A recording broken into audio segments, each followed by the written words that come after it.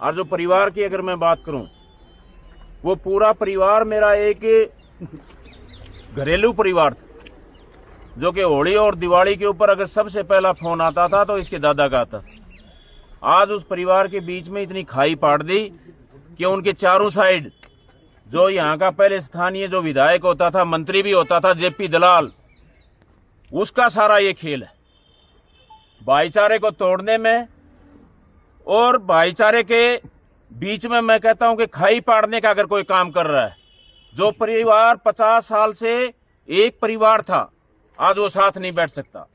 ये सारी की सारी भूमिका उस जेपी दलाल की है, जो कि आज पूरे प्रकरण में मैं कहता हूं कि पूरा उसने जो आज ये जो खेल रचा है। लेकिन साथियों और मीडिया के आप जो भी हमारे सामने खड़े हो, आप ध्यान रखना, परमात्मा के घर में अंधेर है, देर है लेकिन अंधेर नहीं है। एक दिन सच्चाई सामने आएगी और उस दिन मैं पूरे हलके को इकट्ठा करूंगा और उसके ऊपर मैं कहता हूं कि इस हलके में अगर इस हलके की जनता इस सच्चाई के साथ है तो इस पर उसकी एंट्री पर ताला लगाने का काम कोई कर सकता है तो इस हलके की जनता कर सकती है, छत्तीस बिरादरी का भाईचारा कर सकता है। साथियों, ऐसा काम नहीं होना चाहिए।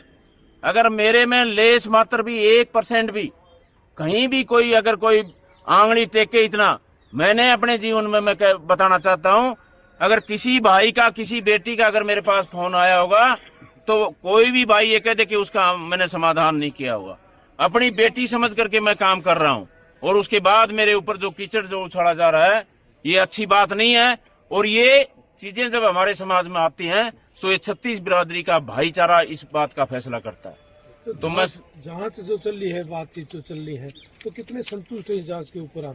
इस जांच से आप अभी कह रहे थे कि बहुत टाइम हो गया, ये इतनी लंबी बात नहीं है। आप गांव में जाओगे, हल्के में जाओगे, एक एक बात का पता है।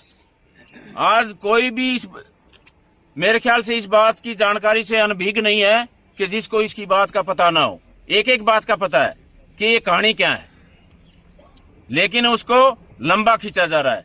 उसमें ये ढूंढा जा रहा है कि कोई भी आकर के ये कहे कि यहाँ का स्थानीय जो विधायक है उसका नाम शामिल हो और इसको हमारे को मौका मिले जिससे कि हम इसको जेल में डालने का काम करें।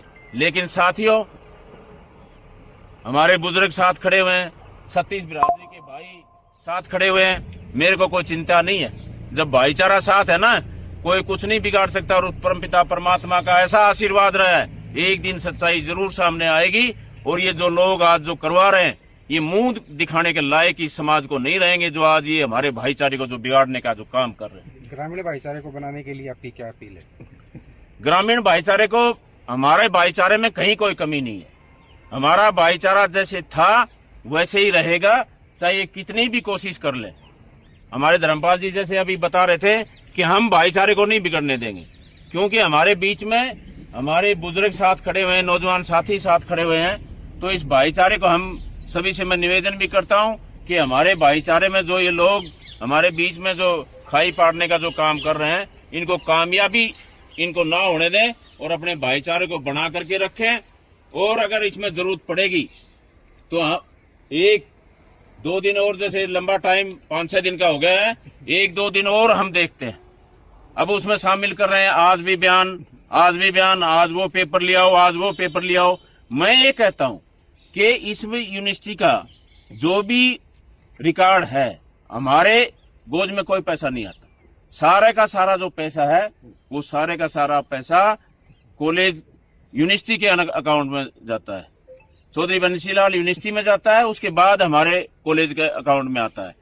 लेकिन हमने जब से फ्री किया, वो हमारी कौन सी तारीख है, 5 अगस्त से शायद हमने सबके लिए फ्री किया है। मैं चैलेंज के साथ कहता हूं कि भाई 5 अगस्त के बाद अगर कोई भी एक भी लड़की या कोई भी एक भी अभिभावक ये कह दे कि भी एक भी पैसा, हजारों की या 100, वो तो बात अलग रहेगी, कोई भी ये साबित कर दे कि भी 100 रुपए भी हमारे कॉलेज ने अगर किसी ने उससे मांगा हो तो आपका जूता और मेरा से।